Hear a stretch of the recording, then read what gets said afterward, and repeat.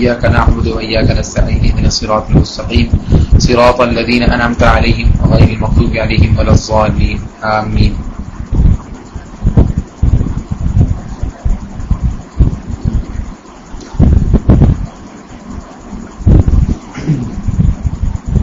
سورۃ الفاتحہ، تو اس کے نام جو ہے وہ بہت سارے مشہور اور معروف ہیں. ادنا سے ادنا مسلمان جو قرآن مجید کے ساتھ اس کا تھوڑا بہت تعلق ہوگا تو اس کو قرآن سورۃ الفاتحہ کا یہ جو نام ہے فاتحہ، یہ جو نام ہے فاتحہ، یہ ادنا سے ادنا سے بھی مسلمان کو معلوم ہوتا ہے یہ نام. اور اس سب سے پہلا نام جو سورۃ الفاتحہ کا وہ ہے فاتحہ. ٹھیک ہے، سورۃ الفاتحہ کا سب سے پہلا نام فاتحہ ہے. صحیح بخاری کے اندر حدیث موجود ہے. حضرت عبادہ بن صامت رضی اللہ تعالی عنہ اس حدیث کے راوی ہیں. فرماتے ہیں کہ رسول اللہ صلی اللہ علیہ وسلم نے فرمایا کہ لا صلاۃ لمن لم یقرأ بفاتحۃ الکتاب. آپ صلی اللہ علیہ وسلم فرما رہے ہیں کہ کوئی نماز نہیں اس کی جس نے سورہ فاتحہ نہیں پڑھی، اس کی کوئی نماز نہیں ہے. آپ تو اس حدیث کے اندر اس کا نام جو ہے سورۃ الفاتحہ ذکر ہوا ہے. فاتحہ اس کو کیوں کہا جاتا ہے؟ اس کے لیے کہ فاتحہ کا مطلب آغاز اور ابتدا میں آنے والی چیز، جس سے جو ہے افتتاح ہو، جس سے ابتدا ہو یا جس سے افتتاح ہو. تو قرآن مجید کی تلاوت کا اعتبار سے آغاز سورۃ الفاتحہ سے ہوتا ہے. اس وجہ سے اس کا نام رسول اللہ صلی اللہ علیہ وسلم نے فاتحۃ الکتاب رکھا ہے.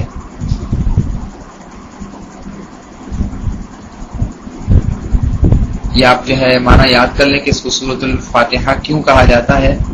اس کی وجہ کیا ہے کہ جو ہے فاتحہ کا مطلب ہوتا ہے آغاز اور ابتدا میں آنے والی چیز، جس سے ابتدا ہو یا جس سے افتتاح ہو. تو قرآن مجید کی تلاوت کے اعتبار سے آغاز سورۃ الفاتحہ سے ہوتا ہے. اس وجہ سے اس کا نام جو ہے نبی صلی اللہ علیہ وسلم نے فاتحۃ الکتاب رکھا ہے. ایک وجہ یہ بھی بعض لوگ یہ بھی ذکر کرتے ہیں کہ چونکہ نماز کے اندر جس وقت تلاوت شروع ہوتی ہے تو پہلے نمبر پہ یہ صورت پڑھی جاتی ہے، دوسرے نمبر پہ دوسری جو ہے وہ صورتیں بعد میں ہوتی ہیں. اس طرح کوئی نمازی تلاوت نہیں کرتا کہ وہ پہلے قل اللہ پڑھے اور پھر دوسرے نمبر پر سورۃ الفاتحہ، یا جیسے پہلے کوئی اور صورت پڑھے پھر کوئی اور جو ہے سورۃ الفاتحہ پڑھے. ٹھیک ہے، بلکہ فاتحہ پہلے نمبر پر ہی پڑھی جاتی ہے. اور رسول اللہ صلی اللہ علیہ وسلم کا معمول بھی نماز کے اندر یہی تھا. اور صحابہ کرام بھی فرماتے ہیں کہ کانوا یفتتحون القراءۃ بالحمد للہ رب العالمین، کہ سارے قرات کو نبی علیہ الصلوۃ والسلام الحمدللہ رب العالمین سے شروع کرتے تھے، الحمدللہ رب العالمین سے شروع کرتے تھے. تو اس وجہ سے اس کا نام جو ہے فاتحہ پڑا، کہ اس کا معنی ہے آغاز اور ابتدا میں آنے والی چیز جس سے کیا ہو افتتاح ہو یا جس سے ابتدا ہو. تو اس لیے اس کو جو ہے فاتحہ کہتے ہیں. تو یہ جو ہے سورۃ الفاتحہ کا پہلا نام جو کہ بہت ہی زیادہ مشہور اور معروف ہے. اور اس کے بعد جو ہے دوسرے جو نام ہیں ان میں ام القرآن اور ام الکتاب. سورۃ الفاتحہ جو دوسرے نام ہیں ان میں سے جو ہے وہ ام القرآن اور ام الکتاب ہے. میری وائس اوکے ہے نا؟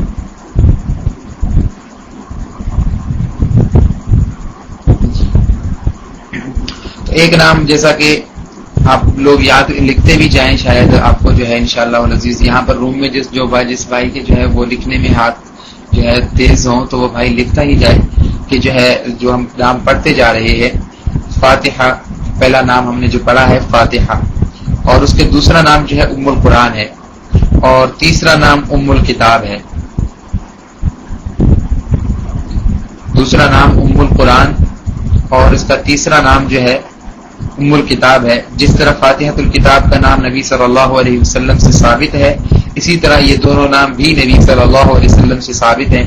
صحیح مسلم کی حدیث ہے، حضرت ابو ہریرہ رضی اللہ تعالی عنہ فرماتے ہیں کہ رسول اللہ صلی اللہ علیہ وسلم نے فرمایا من صلی صلاۃ لم یقرأ فیہا بأم القرآن فہی خداج ثلاثا غیر تمام. نبی علیہ الصلوۃ والسلام نے فرمایا کہ جس کسی نے جو بھی نماز پڑھی اس نے نماز کے اندر ام القرآن کی تلاوت نہیں کی، وہ نماز خداج ہے، نا تمام ہے۔ نبی علیہ الصلوۃ والسلام نے 3 دفعہ فرمایا کہ خداج ہے، اور خود ہی خداج کا معنی نبی علیہ الصلوۃ والسلام نے فرمایا کہ وہ نا تمام ہے۔ صحیح مسلم کی اس حدیث کے اندر جو ہے نبی علیہ الصلوۃ والسلام نے فاتحہ کا نام ام القرآن جو ہے ذکر کیا ہے۔ اور ترمذی شریف کے اندر ایک حدیث آتی ہے، حضرت ابو ہریرہ رضی اللہ تعالی عنہ اس حدیث کے راوی ہیں، فرماتے ہیں نبی علیہ الصلوۃ والسلام نے فرمایا الحمدللہ رب العالمین ہی ام القرآن و ام الکتاب۔ نبی علیہ الصلوۃ والسلام نے کیا فرمایا؟ الحمدللہ رب العالمین ہی ام القرآن و ام الکتاب۔ اس حدیث کے اندر رسول اللہ صلی اللہ علیہ وسلم نے الحمدللہ کا نام جو ہے ام القرآن کے ساتھ ساتھ ام الکتاب بھی ذکر کیا ہے۔ تو یہ قرآن مجید کا جو ہے دوسرا نام ام القرآن اور تیسرا جو نام ہے ام الکتاب قرار پایا، جو کہ صحیح مسلم اور جامع ترمذی کی احادیث سے ثابت ہے۔ قرآن کا نام تو ہم لوگ جانتے ہیں اور الکتاب کا معنی بھی ہم جانتے ہیں۔ اللہ تعالیٰ کی اس کتاب کو قرآن کہا جاتا ہے، جیسا کہ ہم نے اپنے ابتدائی درس کے اندر پڑھا تھا، اور کتاب اللہ بھی کہا جاتا ہے، اور کتاب جو ہے الکتاب اس قرآن مجید کا نام بھی ہے۔ کا معنی کیا ہے؟ اب آئیے جو آج ہم نے 2 نام پڑھ رہے ہیں، ام القرآن اور ام الکتاب، تو کا معنی ہوتا ہے ماں۔ کا معنی کیا ہوتا ہے؟ ماں۔ قرآن مجید کی ماں، ٹھیک ہے، ام الکتاب یا ام القرآن کا معنی ہوا قرآن مجید کی ماں، کتاب کی ماں۔ تو ماں جو ہے اسے بعض لوگ جو ہے اس کی معنی کرتے ہیں اصل یا اصل بنیاد، ٹھیک ہے۔ آپ دیکھیں گے اس سورت کا نام جو ہے کیوں رکھا گیا، اس کے لیے کہ اہل علم نے اس کی بعض وجوہات بیان کی ہیں۔ ام القرآن اور ام الکتاب کی اہل علم نے بعض وجوہات ذکر کی ہیں۔ تو بعض کہتے ہیں کہ اس کی ایک وجہ تو یہ ہوتی ہے کہ ماں اولاد کی ابتدا ہوتی ہے، ماں جو ہوتی ہے اولاد کی ابتدا ہوتی ہے، تو یہ سورۃ الفاتحہ قرآن مجید کی ابتدا ہے، اس وجہ سے اس کا نام ام القرآن اور ام الکتاب رکھ دیا گیا ہے۔ یہ ایک وجہ جو ہے ام القرآن اور ام الکتاب کہنے کی جو ایک وجہ وہ یہی ہے کہ چونکہ جو ہے ماں اولاد کی ابتدا ہوتی ہے، تو قرآن میں دیکھیں جتنی بھی اولاد ہے اس کی ابتدا کہاں سے ہوتی ہے؟ ماں سے ہوتی ہے، تو اس وجہ سے جو ہے اس کا نام ام القرآن اور ام الکتاب رکھا گیا ہے۔ اور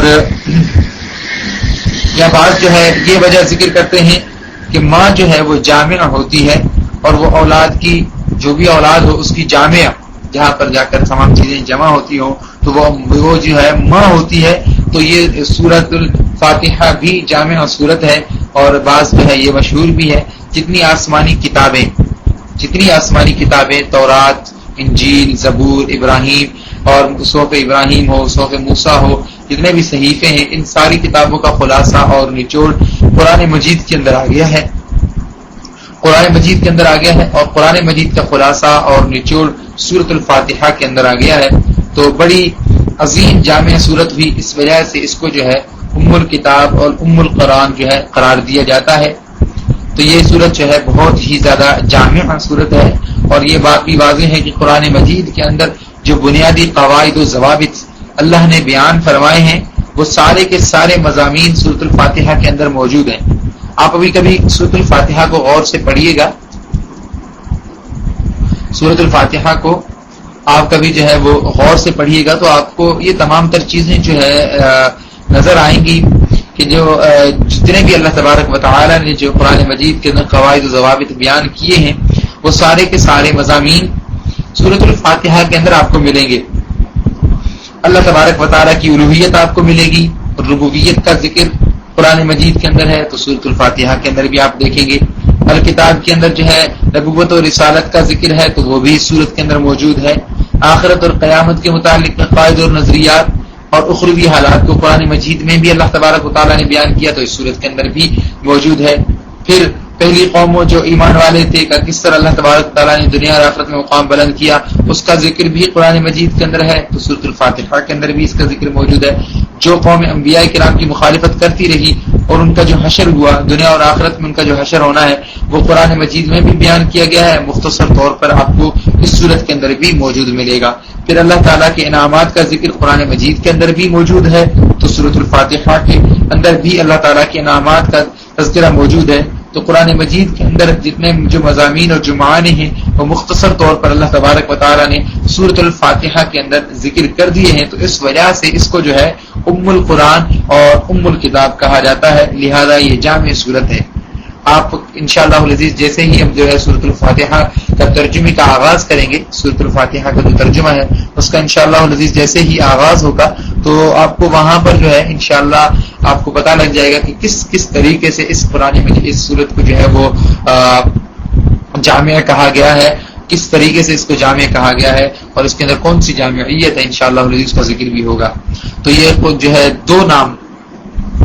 تین نام میں نے آپ کے نام جو ہے وہ بتا دیے ہیں، ایک سورۃ الفاتحہ کا پہلا نام فاتحہ اور دوسرا ام القرآن اور تیسرے نمبر پہ جو ہے ام الکتاب اور چوتھے نمبر پہ السبع المثانی اور پانچویں نمبر پہ القرآن العظیم ہے۔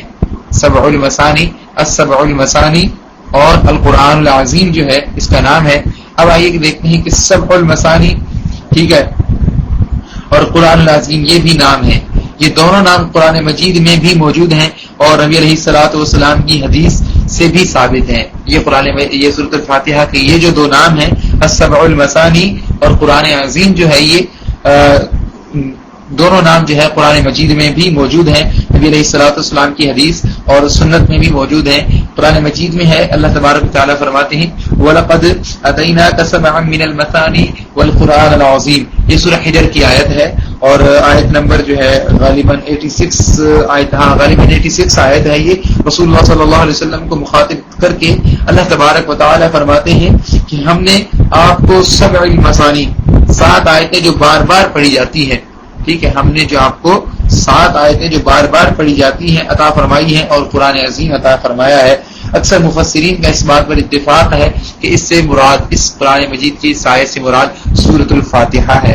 اور حدیث میں نبی علیہ الصلوۃ والسلام فرماتے ہیں الحمدللہ رب العالمین، یہ حدیث ہے جو ہے امام ترمذی نے اس حدیث کو روایت کیا ہے، فرماتے ہیں نبی علیہ الصلوۃ والسلام نے فرمایا الحمدللہ رب العالمین، ٹھیک ہے، یعنی سورۃ الفاتحہ یہی ام القرآن، یہ جو ہے ام القرآن ہے ام الکتاب اور یہ جو ہے ام الکتاب ہے، والسبع المثانی اور یہ السبع المثانی ہے، والقرآن العظیم اور یہ سورت جو ہے قرآن عظیم ہے۔ صحیح بخاری کے اندر ہے رسول اللہ صلی اللہ علیہ وسلم کے صحابی حضرت ابو سعید بن معلہ فرماتے ہیں رضی اللہ تعالی عنہ فرماتے ہیں کہ میں مسجد کے اندر موجود تھا اور نبی صلی اللہ علیہ وسلم بھی مسجد کے اندر تشریف فرما تھے، تو نبی صلی اللہ علیہ وسلم نے فرمایا کہ میں مسجد سے باہر نکلنے سے پہلے جو ہے عظیم ترین سورت تمہیں سکھاؤں گا۔ تو ابو سعید بن معلہ فرماتے ہیں کہ میں اس انتظار میں تھا کہ نبی علیہ الصلوۃ والسلام قرآن مجید کی عظیم ترین سورت مجھے سکھائیں گے۔ مسجد سے نکلتے وقت میں نے رسول اللہ صلی اللہ علیہ وسلم کے سامنے گزارش کی تو آپ نے فرمایا تھا کہ مسجد سے نکلنے سے پہلے قرآن مجید کی عظیم ترین سورت تمہیں تعلیم فرماؤں گا تو آپ سکھائیں۔ نبی علیہ الصلوۃ والسلام نے فرمایا، نبی صلی اللہ علیہ وسلم نے فرمایا الحمدللہ رب العالمین ہی السبع المثانی والقرآن العظیم، ٹھیک ہے۔ آپ صلی اللہ علیہ وسلم نے کیا فرمایا کہ میرے صحابی جو مکمل سورت الحمدللہ رب العالمین یہی جو ہے قرآن مجید کی سب سے عظیم ترین سورت ہے، یہ السبع المثانی اور وہو القرآن العظیم، یہی جو ہے سبع المثانی ہے اور یہی قرآن عظیم ہے۔ تو امام ترمذی رحمہ اللہ کی روایت اور صحیح بخاری کی اس روایت کے سے ثابت ہوا کہ اس سورت کے جو ہے چوتھا اور پانچواں نام جو ہے السبع المثانی اور قرآن عظیم ہے۔ السبع المثانی کا نام اس کی وجہ جو ہے کیا ہے، اس کا وجہ رکھا گیا ہے کہ اس کی جو ہے ایک تو اس کی وجہ یہی بیان کی جاتی ہے کہ بسم اللہ الرحمن الرحیم سے لے کر والضالین تک 7 آیتیں ہیں، تو سبع کا معنی بھی 7 ہوتا ہے اور مثانی کا معنی ہوتا ہے بار بار پڑھی جاتی ہیں، کیونکہ مثانی اس کو کہا جاتا ہے جس کو بار بار پڑھا جائے اور بار بار دہرایا جائے۔ نمازوں کے علاوہ بھی اہل ایمان اس کی تلاوت کرتے رہتے ہیں۔ نمازوں کے اندر تو ہر نمازی اس کی تلاوت کرتا ہی ہے، تو اندازہ لگائیں 5 نمازیں جو ہے وہ ہم پر فرض ہیں اور پھر سنت نوافل تہجد کی نماز ہے، اسی طریقے سے چاشت کی نماز ہے، اشراق کی نماز ہے، کوئی اور جو ہے اس کے سوا نوافل جو بعض لوگ کرتے ہیں، سب کے اندر سورۃ الفاتحہ پڑھنا یہ اس لیے نبی علیہ الصلوۃ والسلام نے فرمایا کہ لا صلاۃ لمن لم یقرأ بفاتحۃ الکتاب، اس شخص کی نماز نہیں جو سورۃ الفاتحہ کی تلاوت نہیں کرتا۔ تو نماز کی ہر رکعت کے اندر ہر رکعت کے اندر جو ہے اس کی تلاوت ہوتی ہے اور بار بار یہ سورت پڑھی جاتی ہے، اس لیے جو ہے اس سورت کو سبع المثانی اور قرآن عظیم کہا جاتا ہے۔ اور دوسری وجہ اہل علم جو ہے یہ بھی بیان کرتے ہیں کہ پورے قرآن مجید کا نام مثانی ہے، کتاب جو ہے مثانی یعنی جس قرآن مجید جو ہے پورا کا پورا قرآن مجید یہ بھی سبع المثانی ہے، ٹھیک ہے، یہ پورا قرآن جو ہے یہ مثانی ہے، جتنا بھی قرآن ہے یہ مثانی ہے۔ اس کی وجہ بھی اس وجہ سے بھی اس جو ہے سورۃ الفاتحہ کو مثانی کہا گیا ہے۔ یہ وجوہات بھی آپ یاد رکھتے جایا کریں کہ جو ہے مثانی کا معنی کیا ہے اور کا معنی میں نے اور اس کی وجہ کیا ہے، اور اسی طریقے سے ام الکتاب اور ام القرآن کہنے کی وجہ کیا ہے یہ بھی میں نے آپ کو بتلا دی ہے۔ تو یہ بھائی آپ جو ہے ان چیزوں کو بھی یاد رکھا کریں انشاءاللہ العزیز۔ اور قرآن مجید کے اندر اللہ تبارک و تعالیٰ نے خود قرآن کو مثانی کہا ہے، اللہ تبارک و تعالیٰ نے خود قرآن کو مثانی کہا ہے۔ اللہ رب العزت فرماتے ہیں اللہ نزل احسن الحدیث کتابا متشابہا مثانیہ، کہ اللہ تعالیٰ نے بہترین بات نازل کی ہے، اللہ تبارک و تعالیٰ نے بہترین بات نازل کی ہے، کتاب ہے وہ ملتی جلتی اور مثانی ہے۔ سارے کا سارا قرآن جو ہے مثانی ہے، اس لیے قرآن مجید کی تلاوت بھی کثرت کے ساتھ کی جاتی ہے، بار بار قرآن مجید کو جو ہے وہ پڑھا جاتا ہے۔ سارے قرآن کا نام بھی مثانی ہے، تو سورۃ الفاتحہ اس مثانی کا حصہ اور جز ہے، اس وجہ سے بھی اس کو جو ہے مثانی کہا گیا ہے۔ اور اس سورۃ الفاتحہ کی عظیم اس سے جو ہے قرآن مجید کی جو ہے سورۃ الفاتحہ کی عظمت بھی ثابت ہوتی ہے کہ کل کا جو نام تھا وہ ایک حصے پر بول دیا گیا ہے۔ یہ سورۃ الفاتحہ کی فضیلت کی بہت بڑی دلیل ہے کہ اللہ تبارک و تعالیٰ نے جو ہے اور نبی علیہ الصلوۃ والسلام نے، ٹھیک ہے، نبی علیہ الصلوۃ والسلام نے جو ہے دیکھیں کس انداز سے جو ہے اس سورۃ الفاتحہ کی عظمت کو قرار دیتے ہوئے اس کو جو ہے اس کا نام السبع المثانی بھی قرار دیا گیا ہے۔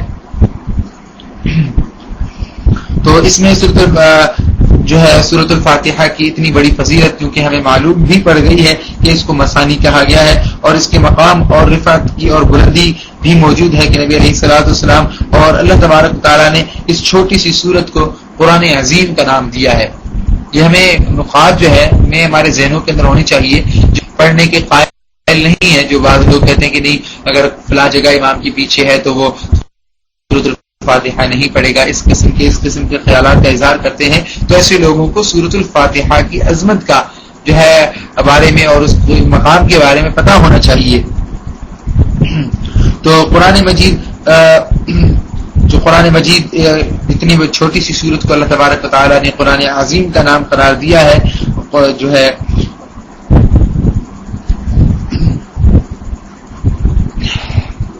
میری وائس اوکے ہے نا؟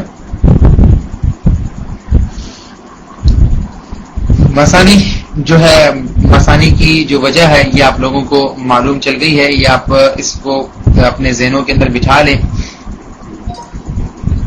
روٹ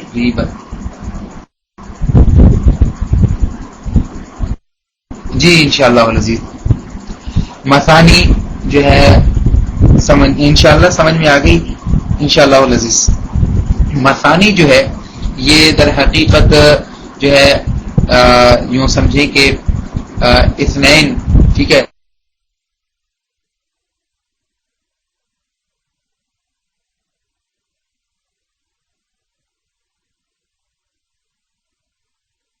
فاتحہ کے جو نام آپ لوگوں کے سامنے میں نے تقریباً جو ہے وہ 5 نام ذکر کر دیے ہیں، اور یہ 5 نام آپ لوگوں کو میں نے بتائے ہیں، جو ہے اس کا ایک نام فاتحہ اور ایک نام جو ہے ام القرآن، ام الکتاب اور السبع المثانی اور القرآن العظیم، اور اسی طریقے سے ایک اور چھٹا نام جو ہے سورۃ الفاتحہ کا چھٹا نام رقیہ، ٹھیک ہے، چھٹا نام جو ہے یہ نام بھی آپ یاد کر لیں، چھٹا نام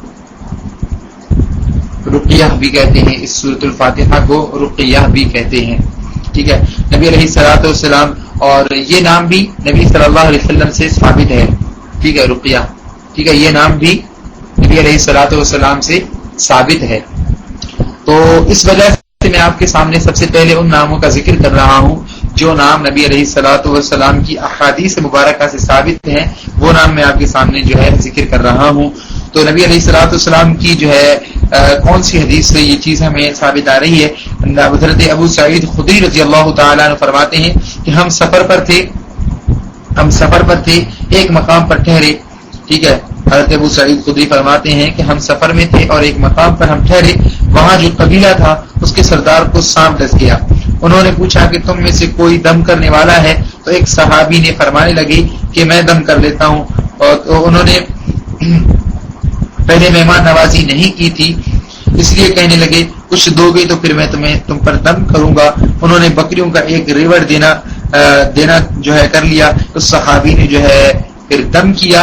حضرت ابو سعید خدری رضی اللہ تعالی عنہ خود ہی دم کرنے والے تھے، چنانچہ آپ ہی بیان کر رہے ہیں، اس لیے اپنا نام ظاہر نہیں کیا، غائب کر کے اپنے آپ کو جو ہے وہ حضرت ابو سعید خدری رضی اللہ تعالی عنہ جو ہے اپنا نام انہوں نے نہیں لیا، بلکہ کسی اور کا جو ہے انہوں نے نام لیا، چونکہ جو ہے صحابہ کرام اس چیز سے بچا کرتے تھے، اپنی تعریف کرنے سے صحابہ کرام جو ہے اپنے آپ کو بچایا کرتے تھے، تو اس وجہ سے حضرت ابو سعید خدری رضی اللہ تعالی عنہ نے جو ہے اپنا نام وہ فرماتے ہیں کہ سورۃ الفاتحہ پڑھ کر دم کیا، اللہ تعالیٰ نے اس آدمی کو شفا دی اور زہر کا اثر اس سے ختم ہو گیا۔ حضرت ابو سعید خدری فرماتے ہیں کہ جو ہے سورۃ الفاتحہ کا دم کیا اور اللہ تبارک و تعالیٰ نے جو ہے اس سے اس کا اثر ختم کر دیا۔ حدیث میں اس طرح محسوس ہوا کہ جس طرح پہلے رسی جکڑا ہوا تھا اور اب اس کو جو ہے حدیث میں دیکھیں کیا بات آ رہی ہے کہ جو ہے اس طرح اسے محسوس ہوا کہ جیسے وہ پہلے رسی میں جکڑا ہوا تھا، اب اس کو کھول دیا گیا، طبیعت اس کی حشاش بشاش ہو گئی۔ انہوں نے وعدے کے مطابق بکریاں دے دی۔ صحابہ کرام سوچنے لگے کہ بکریاں تو ہم نے وصول کر لی ہیں، صحابہ کرام فرمانے لگے کہ ہم نے جو ہے وہ بکریاں تو وصول کر لی ہیں، یہ لیکن یہ ہمارے لیے جائز ہیں یا جائز نہیں ہیں؟ تو دیکھو صحابہ کرام کس طریقے سے سوچتے تھے کہ علم نہیں تو بکریوں کے استعمال کو جو ہے بکریوں کو استعمال نہیں کر رہے ہیں۔ فیصلہ یہ ہوا کہ پہلے نبی علیہ الصلوۃ والسلام سے سوال کریں گے اور اس کے بعد پھر استعمال کریں گے۔ تو اکثریت کے ساتھ آج ہمارے مسلمان بھائیوں کو دیکھیں، ٹھیک ہے، ہمارے مسلمان بھائیوں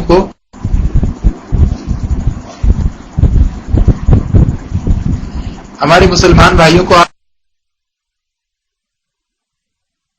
آپ دیکھیں گے کہ وہ پہلے کوئی کام کر لیتے ہیں پھر سوالات کر لیتے ہیں کہ جو ہے شیخ صاحب، مولانا صاحب، مولوی صاحب مجھ سے یہ کام ہو چکا ہے، اب مجھے بتائیں اب میں کیا کروں۔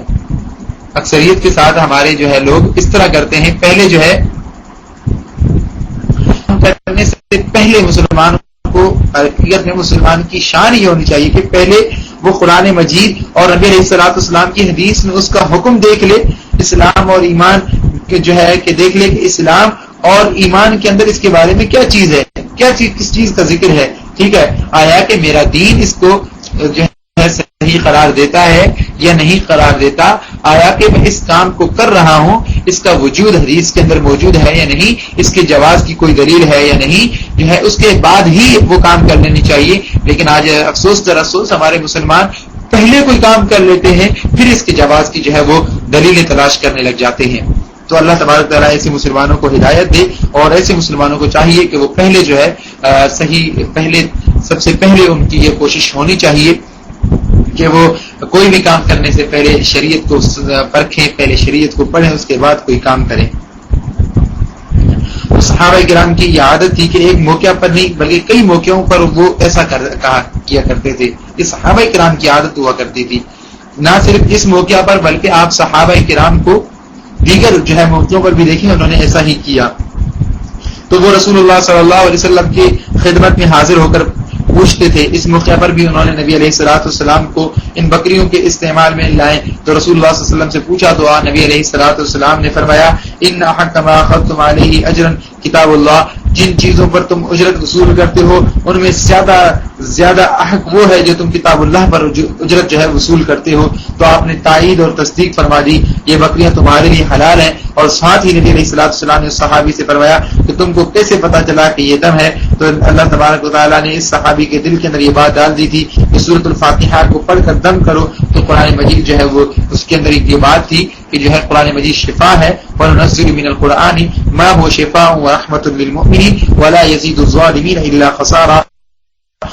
تعالیٰ نے فرماتے ہیں کہ جو ہے میں یہ سوچ کر قرآن مجید شفا ہے اور سورۃ الفاتحہ بھی قرآن مجید کی عظیم ترین سورت ہے، دم کر دیا اللہ تبارک تعالیٰ نے شفا دے دی۔ تو نبی علیہ الصلوۃ والسلام نے اس موقع پر سورۃ الفاتحہ کے متعلق رقیہ کا لفظ استعمال فرمایا، تو اس وجہ سے اس کو سورۃ الرقیہ بھی کہتے ہیں۔ اور تو یہ سورت دم بھی ہے، آدمی کو کوئی بھی بیماری ہو اور بالخصوص زہریلے جانور جو اسے ڈس جائے، سانپ بچھو وغیرہ، تو اگر کوئی شخص اس سورت کو پڑھ کر دم کرنا چاہے تو بالکل وہ کرے، انشاءاللہ اللہ تبارک تعالیٰ اسے جو ہے وہ صحت عطا فرمائیں گے انشاءاللہ۔ اور دم اس صحابی نے اس طریقے سے کیا تھا، فاتحہ پڑھ کر جس جگہ سانپ نے کاٹا تھا اس جگہ تھوکتے جاتے تو اللہ تبارک تعالیٰ نے اس کو شفا دے دی۔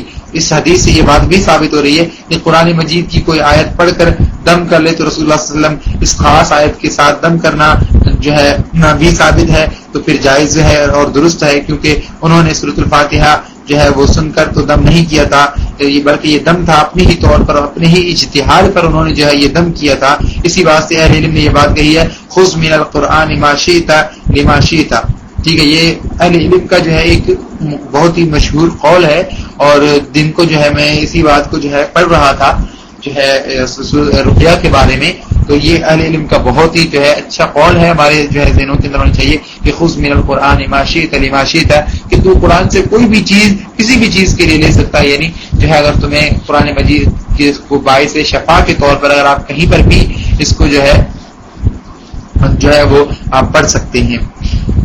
یہ جو ہے قرآن مجید کا چھٹا نام جو میں نے آپ کے سامنے ذکر کیا، سورۃ الرقیہ جو ہے اس کو سورۃ الرقیہ بھی کہتے ہیں، یعنی اس کا نام جو ہے وہ الرقیہ بھی ہوا، اور باقی پچھلے جو ہے 5 نام سورۃ الفاتحہ، اور اس کے بعد ام القرآن، ام الکتاب، اور السبع المثانی، القرآن العظیم، اور رقیہ۔ اسی طریقے سے سورۃ الفاتحہ کا ایک اور نام بھی ہے شفا، ٹھیک ہے۔ اس کا نام حضرت ابو سعید خدری کی حدیث سے یہ بات جو ہے بات سامنے آئی، جیسا کہ جو حدیث میں نے آپ کے سامنے بھی پڑھی، اور دوسری حدیث بھی ہے۔ حضرت ابو سعید خدری رضی اللہ تعالیٰ عنہ فرماتے ہیں، اور یہ حدیث ہے سنن دارمی کے اندر یہ حدیث موجود ہے۔ حضرت ابو سعید خدری رضی اللہ تعالیٰ عنہ فرماتے ہیں کہ رسول اللہ صلی اللہ علیہ وسلم نے فرمایا کہ سورۃ الفاتحہ الحمدللہ رب العالمین ہر زہر سے شفا ہے۔ نبی علیہ الصلوۃ والسلام نے فرمایا کہ الحمدللہ رب العالمین ہر زہر سے کیا ہے؟ شفا ہے۔ تو اس حدیث سے اہل علم نے سورۃ الشفا کا نام بھی اخذ کیا ہے۔ اس کے علاوہ بھی جو ہے بہت سارے نام ہیں سورۃ الفاتحہ کے، اور بھی بہت سارے نام ہیں، اور یہ نبی علیہ الصلوۃ والسلام کا کتنا بہترین فراہمی ہمارے سامنے جو ہے آ گیا ہے۔ تو اب ہمیں چاہیے کہ ہم جو ہے اس سورۃ جو ہے شفا یعنی الحمدللہ رب العالمین سے ہمارے کبھی سر میں درد ہو جائے یا اس طریقے سے ہمیں کسی اور قسم کی جو پریشانیاں ہو جاتی ہیں، تو نبی علیہ الصلوۃ والسلام سنن دارمی کی یہ جو حدیث ہے کہ نبی علیہ الصلوۃ والسلام کا یہ جو فرمان ہے کہ الحمدللہ رب العالمین ہر زہر سے شفا ہے، تو اگر کوئی زہریلا جانور کے سے ڈس جائے تو وہ شخص جو ہے اس قرآن مجید کی سورت کی تلاوت کر کے جو ہے صحت یاب ہو سکتا ہے۔ جو ہے اس کے بعد سورۃ الفاتحہ کا 8واں نام، 7 نام جو ہے اپنا اماد آپ یہاں پر یہ 7 کے 7 نام لکھ دیں، 7 کے 7 جو نام ہم نے پڑھے ہیں یہ آپ ترتیب سے لکھ دیں۔ جو ہے میں آپ کو بتا دیتا ہوں کہ سب سے پہلا نام سورۃ الفاتحہ ہے، جو پہلا نام سورۃ الفاتحہ، اور دوسرا جو ہے ام القرآن، ام الکتاب، السبع المثانی، القرآن العظیم، اور رقیہ، اور شفا۔ یہ قرآن مجید کے 7 نام جو میں نے آپ کے سامنے ذکر کیے ہیں، اور اس کے ساتھ ساتھ میں نے آپ جو ہے ان 7 کی حدیث آپ کو جو ہے حدیث بھی ساتھ بتلاتا گیا کہ کون سی حدیث کے اندر اس کا جو ہے وہ یہ نام ذکر ہوا ہے۔ تو انشاءاللہ العزیز آپ بھائیوں سے یہی امید ہے کہ آپ بھائی جو ہے انشاءاللہ ان ناموں کو یاد کریں گے۔ اسی طریقے سے ایک اور نام بھی جو ہے اس سورت کا ایک اور نام، اور انشاءاللہ یہ آخری ہی نام ہوگا۔ اس کے سوا سورۃ الفاتحہ کے اور بہت سارے نام ہیں، ٹھیک ہے۔ امام سیوطی رحمہ اللہ نے تقریباً جو ہے وہ 25 نام الاتقان فی علوم القرآن کتاب کے اندر ذکر کیے ہیں تقریباً، جہاں تک مجھے یاد آ رہا ہے۔ تو 8واں نام سورۃ الفاتحہ کا جو ہے وہ کیا ہے؟ سورۃ الصلاۃ بھی ہے، جس کو سورۃ الصلاۃ بھی کہتے ہیں۔ نبی علیہ الصلوۃ والسلام کی حدیث سے ثابت ہے، اور نبی ایک حدیث قدسی ہے، وہ حدیث جس کے اندر نبی علیہ الصلوۃ والسلام اللہ تعالیٰ کا نام لے کر اللہ تبارک تعالیٰ سے روایت کرتے ہیں، اور وہ بات بیان فرمائے صراحتاً اللہ کا نام آ جائے تو یہ اصطلاح مخصوص ہے۔ اس کا یہ مطلب نہیں کہ دوسری حدیثیں قدسی نہیں ہیں، ایک اعتبار سے ساری حدیثیں قدسی ہیں، اور ایک اعتبار سے ساری حدیثیں نبی علیہ الصلوۃ والسلام کی نبوی ہیں، اور ایک اعتبار سے کچھ حدیثیں قدسی ہیں اور کچھ نبوی ہیں۔ تو دراصل یہ 3 اعتبار ہیں، ان کو سامنے رکھ کر اہل علم نے یہ اصطلاح بنائی ہے کہ اب ساری حدیثیں قدسی کس طرح ہیں کہ جتنی حدیثیں رسول اللہ صلی اللہ علیہ وسلم سے ثابت ہو جائیں وہ من جانب اللہ ہے. ٹھیک ہے, وہ من جانب اللہ ہے. تو یہ جو ہے ساری کی ساری احادیث. آپ تو نہیں ہو, بیٹری تو لو نہ ہو. یہ حدیث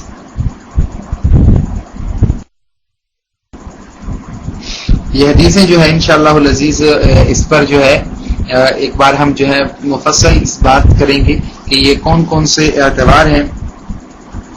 ٹھیک ہے, تو انشاءاللہ العزیز یہ ایک ہمارا الگ سا ٹاپک ہوگا انشاءاللہ العزیز. تو نبی علیہ الصلوۃ والسلام صحیح مسلم کے اندر نبی علیہ الصلوۃ والسلام فرماتے ہیں کہ جو کوئی نماز پڑھتا ہے اور اس کے اندر سورۃ الفاتحہ نہیں پڑھتا تو اس کی نماز جو ہے وہ خداج ہے, غیر تمام یعنی مکمل نہیں ہے. یہ حدیث حضرت ابو ہریرہ رضی اللہ تعالی عنہ نے بیان فرمائی ہے. فقیل لابی ہریرہ انا نکون وراء الامام. تو انہوں نے کیا بات کہی کہ جو ہے ابو ہریرہ سے ہم بسا اوقات امام کی اقتداء میں ہوتے ہیں. سائل کا مطلب یہ تھا کہ اس صورت میں بھی سورۃ الفاتحہ پڑھیں یا نہ پڑھیں. تو ابو ہریرہ رضی اللہ تعالی عنہ نے جواب دیا کہ فقرأ بها فی نفسک, اور بعض احادیث کے اندر آتے ہیں یا فارسی کے الفاظ بھی آتے ہیں کہ جو ہے آہستہ اور بلا آواز پڑھو, یعنی آپ اپنے دل کے اندر جو ہے اس کو پڑھیں گے. دلیل پیش کی فرمایا فإنی سمعت رسول اللہ صلی اللہ علیہ وسلم, کہ وہ فرماتے ہیں کہ نبی علیہ الصلوۃ والسلام نے فرمایا, میں نے نبی علیہ الصلوۃ والسلام سے یہ بات سنی ہے اور آپ علیہ الصلوۃ والسلام فرما رہے تھے کہ قال اللہ تبارک و تعالی, کہ اللہ تبارک و تعالی فرماتے ہیں کہ جب نبی علیہ الصلوۃ والسلام نے اللہ تبارک تعالی کا صراحتاً نام لیا ہے. ٹھیک ہے, صراحتاً جو ہے وہ نام لیا ہے, اس وجہ سے اس حدیث کو جو ہے قدسی کہتے ہیں. اب دیکھیں جو میں 8واں نام ذکر کر رہا تھا, 8واں نام سورۃ الصلاۃ. ٹھیک ہے, الصلاۃ جو اس کا نام ہے الصلاۃ. ٹھیک ہے, اس کے بارے میں میں جو ہے بتلا رہا تھا آپ کو کہ نبی علیہ الصلوۃ والسلام فرماتے ہیں کہ اللہ تبارک و تعالی نے فرمایا کہ قسمت الصلاۃ بینی و بین عبدی. نبی علیہ الصلوۃ والسلام کیا فرما رہے ہیں کہ میں نے نماز کو اپنے اور بندے کے درمیان تقسیم کر دیا ہے, اور میرے اور بندے کے لیے وہی ہے جو اس نے سوال کیا. فَإِذَا قَالَ الْعَبْدُ الْحَمْدُ لِلَّهِ رَبِّ الْعَالَمِينَ, جب جو ہے بندہ الحمدللہ کہتا ہے تو قال اللہ تبارک و تعالی فرماتے ہیں حمدنی عبدی, اللہ تعالیٰ فرماتے ہیں کہ میرے بندے نے میری تعریف کی. وَإِذَا قَالَ الْعَبْدُ الرَّحْمَنِ الرَّحِيمِ, جب بندہ کہتا ہے الرحمن الرحیم تو اللہ تبارک تعالی فرماتے ہیں جو ہے اثنا علی عبدی, اللہ فرماتے ہیں کہ میرے بندے نے میری ثنا کی.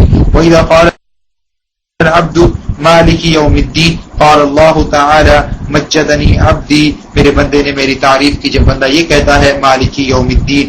ٹھیک ہے, تو وقال مرتن فوض الی امری, اور بعض دفعہ رسول اللہ صلی اللہ علیہ وسلم نے یہ لفظ بھی بولے کہ اللہ تعالیٰ فرماتے ہیں کہ میرے بندے نے جو ہے مجھے سپرد دیا ہے. جب جو ہے یوم الدین کا مالک اللہ کو تسلیم کر لیا, اللہ تعالیٰ کے اس نے اپنے آپ کو حوالے کر لیا.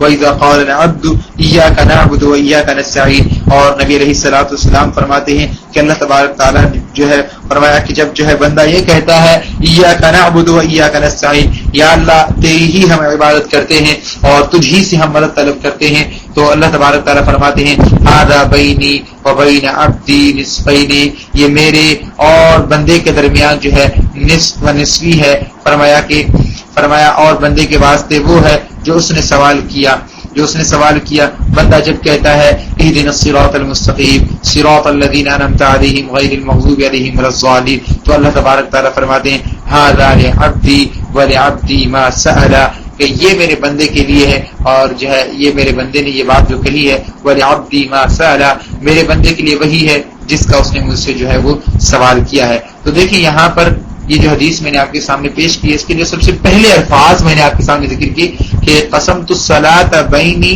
و بین عبدی.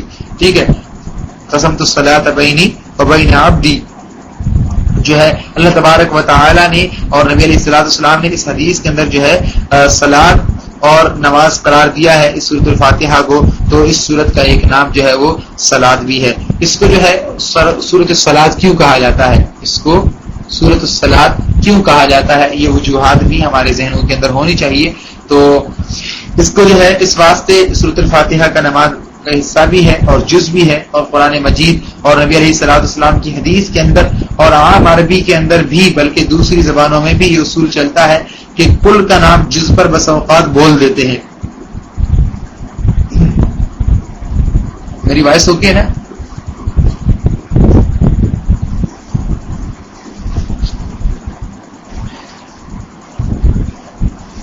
جی یہ ایک اصول بنایا گیا ہے کہ بس اوقات ایسا ہوتا ہے کہ کل کا نام جو ہے جز پر بھی بس اوقات بول دیتے ہیں. شے کا نام شے کے جز کو دے دیا جاتا ہے. اب نماز کے اندر تو رکوع بھی ہے، سجدے بھی ہیں، قیام اور تلاوت قرآن بھی ہے، التحیات بھی ہے، درود بھی ہے، دعائیں بھی ہیں، ذکر و اذکار، بہت ساری چیزیں ہیں. ٹھیک ہے، اس سارے مجموعے کا نام صلاۃ ہے. اس پورے کے پورے مجموعے کا نام کیا ہے؟ صلاۃ ہے. لیکن اس حدیث کے اندر سورۃ فاتحہ پر نماز کا لفظ بول دیا گیا ہے، جس سے یہ بات سمجھ میں آ رہی ہے کہ سورۃ الفاتحہ کی تلاوت نماز کے اندر بڑی اہم ہے، بڑی اہم ہے. ٹھیک ہے، جس طرح نبی علیہ الصلوۃ والسلام کی ایک حدیث میں آپ کے سامنے دلیل کے طور پہ پیش کرتا ہوں کہ نبی علیہ الصلوۃ والسلام ایک حدیث کے اندر عرفات میں جانے کا نام حج رکھ دیا. حالانکہ حج صرف عرفات کے اندر جو ہے جانے کا نام تو نہیں، حج کے اندر بہت ساری چیزیں ہیں. مثلا احرام ہے، بیت اللہ کا طواف ہے، صفا مروہ کی سعی ہے، مینا کے اندر جانا ہے، مزدلفہ میں جانا ہے، قربانی کرنا ہے، اور پھر جمروں کو کنکریاں مارنی ہیں. کئی چیزیں مل کر حج بنتا ہے، بہت ساری چیزیں جو ہے مل کر حج بنتا ہے. تو ان کے اندر یہ عرفات میں بھی جانا ہے. لیکن آپ صلی اللہ علیہ وسلم فرماتے ہیں الحج عرفۃ، عرفے کے اندر جو ہے عرفے کے اندر جانا حج ہے. اکیلے عرفے کے اندر جانے کو نبی علیہ الصلوۃ والسلام نے حج قرار دیا ہے. اس واسطے عرفات کے اندر پہنچ جانا بڑا اہم اور بڑا انتہائی ضروری ہے. ٹھیک ہے،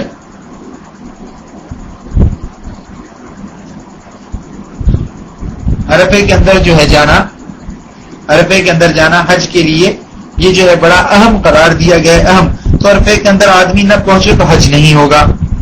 آپ سب بھائیوں کو معلوم ہونا چاہیے کہ اگر کوئی شخص جو ہے عرفے کے اندر نہ پہنچے تو اس کا حج نہیں ہوگا. دوسرے سارے ارکانوں پر جو ہے وہ اس کے جو ہے تمام ارکان وہ شخص ادا کرے، لیکن اگر وہ شخص جو ہے عرفات میں نہیں جاتا تو اس کا حج نہیں ہوتا. اور نبی علیہ الصلوۃ والسلام نے جو ہے عرفات کو کیا کہا ہے؟ الحج عرفۃ، کہ عرفہ جو ہے وہ حج ہے. اسی طریقے سے اب دیکھیں کہ جبکہ جو ہے حج تو بہت ساری چیزوں کو ملا کر حج کا نام بنتا ہے، لیکن چونکہ حج جو ہے اس کا ایک اہم اور بنیاد اور ایک اہم تر چیز ہے، اس وجہ سے جو ہے جو شخص اس کے اندر جو ہے حج کے دوران عرفے میں حاضر نہیں ہوتا تو اس کا حج نہیں. تو حدیث قدسی کے اندر بھی سورۃ الفاتحہ کو جو ہے وہ صلاۃ کا نام، تو حدیث قدسی کے اندر سورۃ الفاتحہ کا نام جو صلاۃ دیا گیا ہے تو یہ اس طرف جو ہے اشارہ ہے کہ یہ ایک اہم جز ہے، یہ ایک اہم جز ہے نماز کا. نماز کے اندر بڑی ضروری چیز ہے. اگر نماز کے اندر اس کی تلاوت نہیں ہوگی تو نماز ہی نہیں ہوگی. اگر اس کی جو ہے تلاوت نماز کے اندر نہ ہو تو نماز ہی نہیں ہوگی. چنانچہ اس اشارے کی رسول اللہ صلی اللہ علیہ وسلم کی دوسرے حدیث کے اندر بھی وضاحت فرما دی، جس نے سورۃ الفاتحہ نہیں پڑھی اس کی نماز نہیں ہوئی. جس نے سورۃ الفاتحہ نہیں پڑھی اس کی نماز جز اہم ترین جز قرار دیا گیا ہے. جس طرح حج کے لیے، جس طرح جو ہے حج کے لیے عرفات کو ایک اہم تر جز قرار دیا گیا ہے. یہ قیمتی باتیں ہیں جو ہے جس طریقے سے کچھ لوگ جو ہے سورۃ الفاتحہ کو نماز کے اندر امام کے پیچھے نہیں پڑھتے، تو ایسے لوگوں کو چاہیے کہ وہ جو ہے ان چیزوں کو یاد رکھیں، یہ دلیل کے طور پہ پیش کیا کریں کہ دیکھیں جس طرح نبی علیہ الصلوۃ والسلام کا یہ جو فرمان ہے، آپ علیہ الصلوۃ والسلام کا یہ جو فرمان ہے نبی صلی اللہ علیہ وسلم کا کہ الحج عرفۃ، حج جو ہے عرفے کا نام ہے، جو کہ جو ہے حج تو دوسری چیزوں سے مل کر حج بنتا ہے، لیکن عرفہ ایک اہم تر بنیاد ہے. عرفہ جو ہے ایک اہم تر ستون ہے، ایک اہم بنیادی چیز ہے. تو اس وجہ سے نبی علیہ الصلوۃ والسلام فرما رہے ہیں کہ الحج عرفۃ، حج جو ہے وہ عرفہ ہے. جو شخص عرفے میں حاضر نہیں ہوتا اس کا حج نہیں ہوتا. اسی طرح نبی علیہ الصلوۃ والسلام نے جو ہے سورۃ الفاتحہ کو الصلاۃ کہا ہے، نہیں پڑھتا اس کی نماز بھی نہیں ہوتی. اور قرآن مجید کے اندر بھی صلاۃ کا لفظ قرات پر بھی بولا گیا ہے. نبی علیہ الصلوۃ جو ہے اللہ تبارک تعالیٰ فرماتے ہیں وَلَا تَجْهَرْ بِصَلَاتِكَ وَلَا تُخَافِتْ بِهَا وَابْتَغِ بَيْنَ ذَلِكَ سَبِيلًا. اللہ تعالیٰ فرماتے ہیں اپنی نماز کو بلند آواز سے نہ پڑھو اور نہ ہی جو ہے اسی آہستہ آواز سے پڑھو، بلکہ درمیانہ جو ہے راستہ اختیار کرو، نہ زیادہ بلند ہو نہ ہی زیادہ آہستہ ہو۔ لفظ اللہ تعالیٰ نے صلاۃ کا بولا ہے اور مراد جو ہے قرآن مجید کی تلاوت ہے جو نماز کے اندر ہوتی ہے، اور نبی علیہ الصلوۃ والسلام اور امہات المومنین میں سے حضرت عائشہ رضی اللہ تعالیٰ نے فرماتی ہے کہ نبی علیہ الصلوۃ والسلام نماز کے اندر قرآن مجید کی تلاوت بلند آواز سے کرتے تو کافر سنتے تو وہ اللہ تعالیٰ اور رسول اللہ صلی اللہ علیہ وسلم کو گالیاں دیتے، برا بلا کہتے اور قرآن کے متعلق بھی غلط زبان استعمال کرتے، تو اللہ تبارک تعالیٰ نے یہ آیت نازل کی کہ تم بلند آواز سے نہ پڑھو، دوسرے جو باہر ہے وہ سن کر برا بلا کہنا شروع کر دیں، اتنا آہستہ بھی نہ پڑھیں آپ کے پیچھے آپ کے مقتدی بھی نہ سن سکیں، درمیانہ آواز میں قرآن مجید کی تلاوت کیا کریں۔ تو گزارش یہاں پر جو اصل بات کہنے کا مقصد وہ یہ ہے کہ اللہ تعالیٰ نے اس آیت کے اندر نماز کے اندر جو تلاوت ہوتی ہے اس پر صلاۃ کا لفظ بولا ہے، اس کے اندر اللہ تبارک تعالیٰ نے صلاۃ کا لفظ بولا ہے، اور یہ میں بھی آپ بھائیوں کو یہی سمجھانا چاہ رہا تھا کہ سورۃ الفاتحہ کا ایک نام جو ہے وہ صلاۃ بھی ہے، اور نماز کے اندر کی جانے والی جو قرات ہے، ٹھیک ہے، جو نماز کے اندر جو ہے کی جانے والی قرات جو ہے اس کو صلاۃ کا لفظ کہا گیا ہے۔ اور ام المومنین عائشہ رضی اللہ تعالیٰ عنہ کی بیان کردہ شان نزول کی روشنی میں بھی اس کی جو ہے وہ تفسیر ہے۔ تو اصول یہی ہے کہ ایک شے کا نام بول کر اس کا حصہ اور اس کا جز جو ہے مراد لیتے ہیں۔ قرآن مجید کے اندر بھی اللہ تبارک تعالیٰ فرماتے ہیں یجعلون اصابعهم فی آذانهم من الصواعق حذر الموت، ٹھیک ہے، یجعلون اصابعهم فی آذانهم من الصواعق حذر الموت، کہ جب بجلی گرتی ہے تو اپنی انگلیاں کانوں میں کر لیتے ہیں۔ اب انگلیاں ساری کی ساری کانوں کے اندر داخل تو نہیں ہو سکتی، انگلیوں کا تھوڑا حصہ مراد ہوتا ہے، ٹھیک ہے، جو ہے وہ کان کا سوراخ اتنا کھلا ہو کہ انگلیاں اس میں جا سکیں، صرف اور صرف اتنی بات مراد ہوتی ہے، ٹھیک ہے۔ تو یہ انشاءاللہ العزیز میں درس کے بعد اس حوالے سے ایک بات آپ کو بتاؤں گا، یہ جو یجعلون اصابعهم فی آذانهم من الصواعق حذر الموت، تو یہ بات میں آپ کو یہی بات سمجھانا چاہ رہا تھا کہ اللہ تبارک و تعالی نے جو ہے قرات کو بھی صلاۃ کا لفظ کہا گیا ہے، اور سورۃ الفاتحہ کا بھی نام جو ہے وہ الصلاۃ ہے، اس لیے جو ہے، اور نبی علیہ الصلوۃ والسلام نے جو ہے نبی صلی اللہ علیہ وسلم نے سورۃ الفاتحہ کے جو نام ذکر کیے وہ بھی میں نے آپ کے سامنے ذکر کیے۔ 8 نام آج جو ہے ہم نے پڑھے ہیں سورۃ الفاتحہ کے، اور ان کی وجوہات بھی پڑھی ہیں انشاءاللہ العزیز۔ میں جو ہے آخری بات، تاکہ جو ہے ہمارا کچھ ٹائم بھی آگے چل سکے، ٹھیک ہے، اور وہ سب سے آخری بات کر کے انشاءاللہ العزیز میں آپ کے سامنے آج، تاکہ سورۃ الفاتحہ کے بارے میں جو اہم تر چیزیں تھیں، یہ تو صرف ہم نے نام پڑھے، تو سورۃ الفاتحہ کی فضیلت کے حوالے سے جو کچھ احادیث ہیں وہ ہم پڑھ لیں انشاءاللہ العزیز۔ ہمارا جو ہے آخری بات ہم یہی پڑھ رہے ہیں کہ فضیلت کیا، یہ احادیث کے اندر کون کون سی نبی علیہ الصلوۃ والسلام کی جو ہے اس حوالے سے فضیلتیں موجود ہیں۔ سورۃ الفاتحہ کے جو ہے ہم نے 8 نام ذکر کیے ہیں، 8 نام آپ بھائی جو ہے وہ یاد کر لیں۔ وہ کون کون سے 8 نام میں نے آپ کو بتائے ہیں؟ سب سے پہلا نام فاتحہ، ام القرآن، ام الکتاب،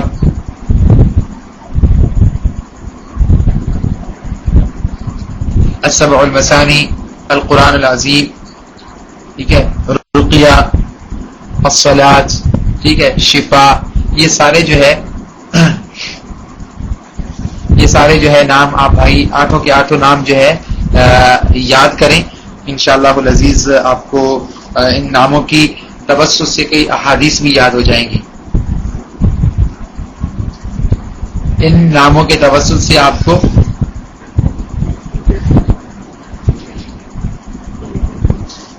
اس ناموں کے توسط سے آپ کو کئی احادیث بھی میرے بھائیوں یاد ہو جائیں گی۔ اس لیے میں آپ کو نام یاد کرنے کو کہہ رہا ہوں کہ انشاءاللہ اگر آپ جو ہے یہ 8 نام یاد کریں گے تو آپ کو 8 احادیث یاد ہو جائیں گی میرے بھائی، 8 احادیث آپ کو یاد ہو جائیں گی اگر آپ نے 8 نام یاد کر لیے تو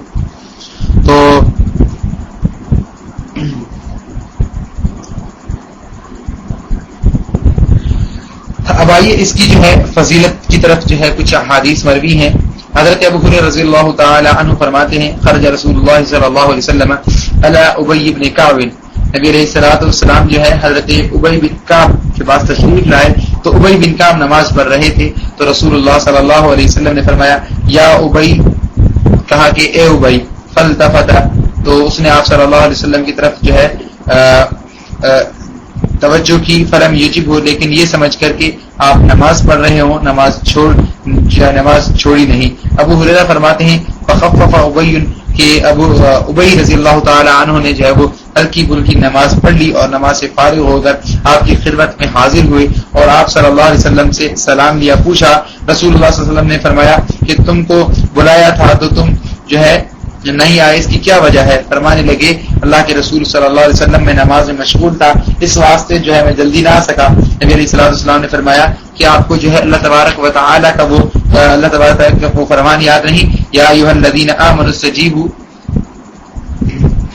استجیبوا للہ وللرسول اذا دعاکم لما یحییکم واعلموا ان اللہ یحول بین المرء وقلبہ وانہ الیہ تحشرون، کہ اللہ تبارک و تعالیٰ فرماتے ہیں اہل ایمان اللہ اور اس کا رسول جو ہے اس کی بات کو قبول کرو جب کبھی وہ تمہیں بلائیں۔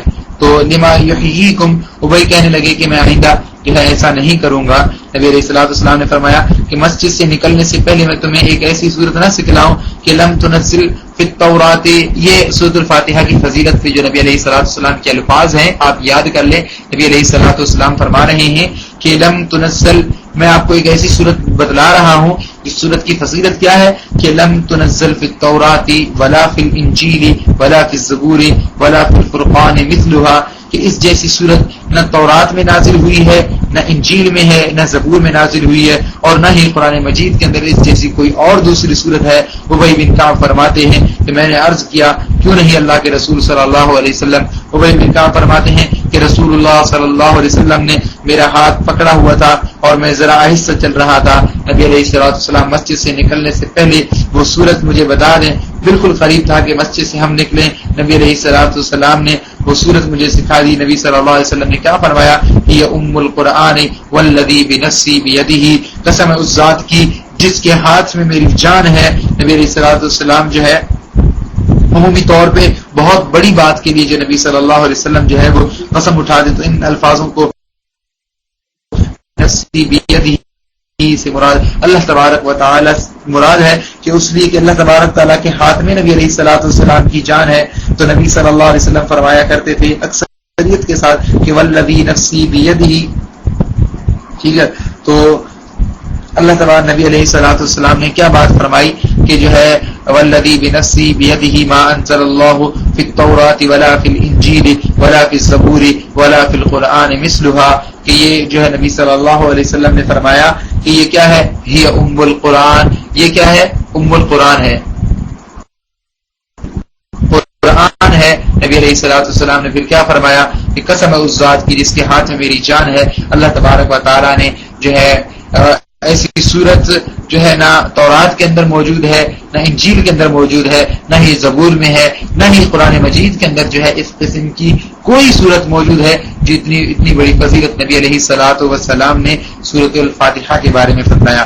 اسی طرح نبی علیہ الصلوۃ والسلام کے صحابی حضرت جابر بن عبداللہ رضی اللہ تعالی عنہ فرماتے ہیں کہ نبی علیہ الصلوۃ والسلام جو ہے بول براز کر کے جو ہے فارغ ہوئے تو میں نے سلام کیا، آپ نے نبی علیہ الصلوۃ والسلام نے جواب نہیں دیا، تو فرماتے ہیں دوبارہ میں نے سلام کیا، پھر بھی نبی علیہ الصلوۃ والسلام نے جواب نہیں دیا، تیسری مرتبہ میں نے سلام کیا، پھر جو ہے السلام علیکم کہا،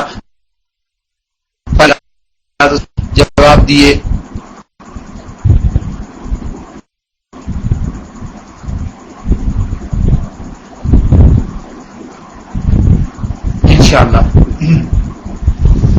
انشاءاللہ والعزیز وہ فرماتے ہیں کہ نبی علیہ الصلوۃ والسلام چل دیے، فمشیت خلفہ، میں نبی علیہ الصلوۃ والسلام کے پیچھے پیچھے چلا، حتی دخل رحلہ، یہاں تک کہ نبی علیہ الصلوۃ والسلام جو ہے اپنے گھر تشریف لے گئے۔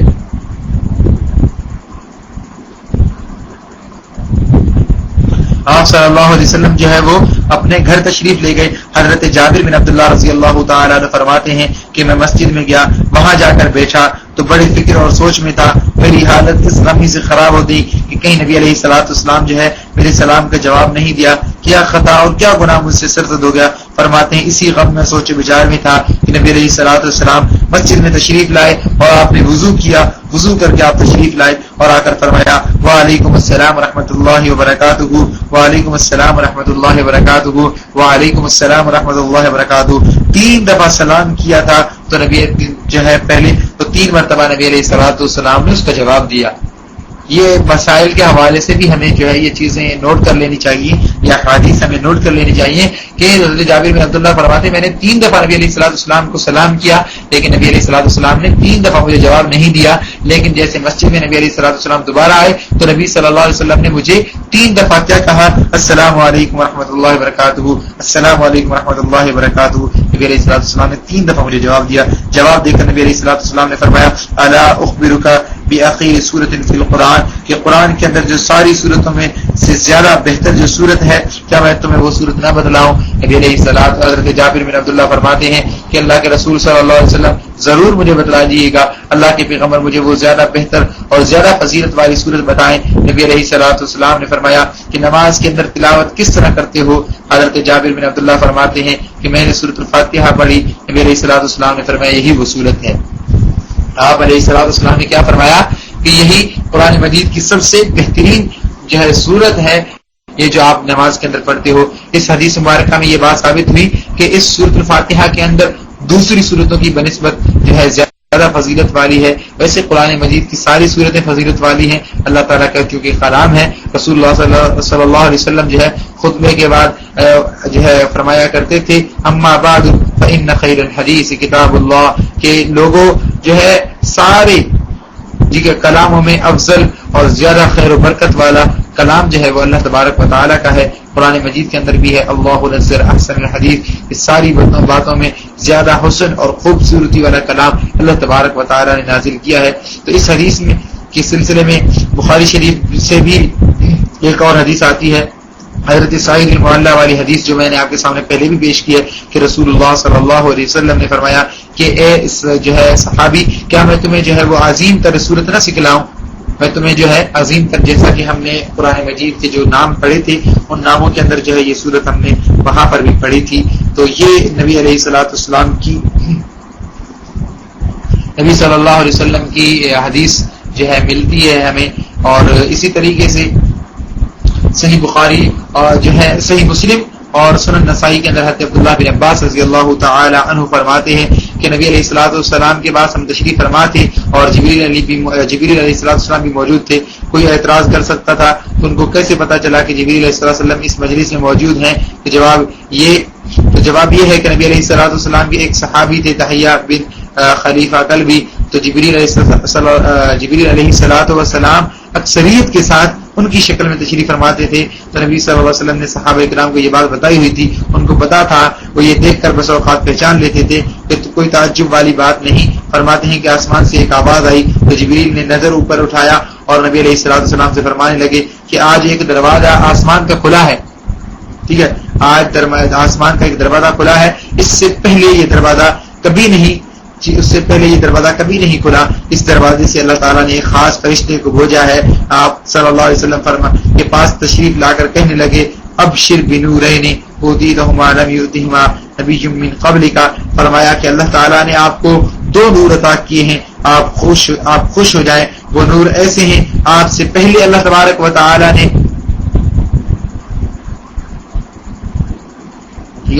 آپ صلی اللہ علیہ وسلم نے سے جو ہے فرمایا کہ اللہ تبارک تعالیٰ نے آپ کو 2 نور ایسے عطا کیے ہیں, آپ خوش ہو جائیں. وہ 2 نور ایسے ہیں کہ آپ سے پہلے کسی نبی کو اللہ تعالیٰ نے عطا نہیں کیے. وہ کون سی ہیں؟ فاتحۃ الکتاب و خواتیم البقرۃ. ایک نور جو ہے سورۃ الفاتحہ ہے اور ایک نور سورۃ بقرہ کی آخری آیات ہیں.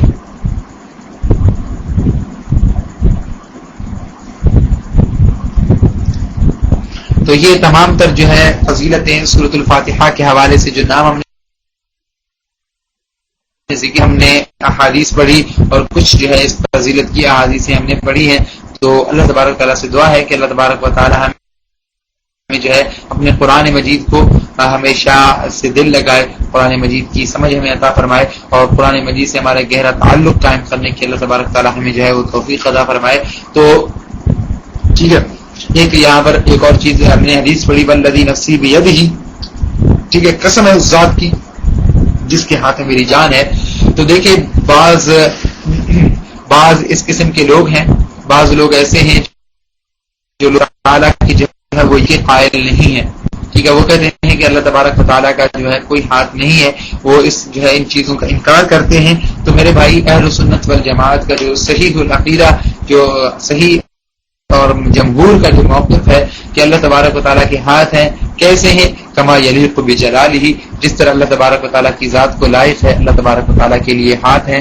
لیکن قرآن مجید کی بہت ساری آیات کے اندر، قرآن مجید کی بہت ساری آیات اس چیز پر دلالت کرتی ہیں کہ اللہ تبارک و تعالیٰ کے ہاتھ ہیں. اسی طریقے سے نبی علیہ الصلوۃ والسلام کی وہ احادیث بھی ہیں کہ قیامت کے روز اللہ تبارک و تعالیٰ جو ہے اپنے ہاتھ میں زمین و آسمان کو لیں گے. اسی طرح اللہ تبارک و تعالیٰ جو ہے قرآن مجید کے اندر فرماتے ہیں خلقت بیدی، کہ میں نے جو ہے حضرت آدم علیہ الصلوۃ والسلام کو، حضرت آدم علیہ السلام کو کس چیز سے میں نے جو ہے بنایا ہے؟ خلقت بیدی، میں نے اپنے ہاتھ سے ان کو پیدا کیا، میں نے ان کو اپنے ہاتھ سے پیدا کیا. اور اسی طریقے سے اللہ تبارک و تعالیٰ فرماتے ہیں کہ بل یداہ مبسوطتان، ٹھیک ہے، اللہ تبارک و تعالیٰ اپنے جو ہے اپنے ہاتھوں کے بارے میں فرماتے ہیں کہ وہ جو ہے بہت ہی کھلے اور پھیلے ہوئے. اللہ تبارک و تعالیٰ کے جو ہاتھ کے بارے میں یہ بات آئی ہے. تو اس لیے جو چیزیں احادیث سے ثابت ہیں، جو چیزیں احادیث سے ثابت ہیں، قرآن مجید سے ثابت ہیں، ٹھیک ہے، لیکن جو ہے ان کی کیفیت کیا ہے وہ مجہول ہے. ان کی کیفیت کیا ہے وہ مجہول ہے. امام مالک رحمہ اللہ فرماتے ہیں کہ جو ہے یہ والسؤال عنہ بدعۃ، اس بارے میں جو ہے وہ سوال کرنا بدعت ہے. اللہ تبارک تعالیٰ کی جو ہے وہ کیفیت کے بارے میں سوال کرنا یہ بدعت ہے. باقی جو ہے اللہ تبارک تعالیٰ کے لیے ہاتھ ہیں، کیسے ہیں؟ کما یلیق بجلالہ. ٹھیک ہے عبدالرحمن بھائی، السلام علیکم ورحمۃ اللہ وبرکاتہ.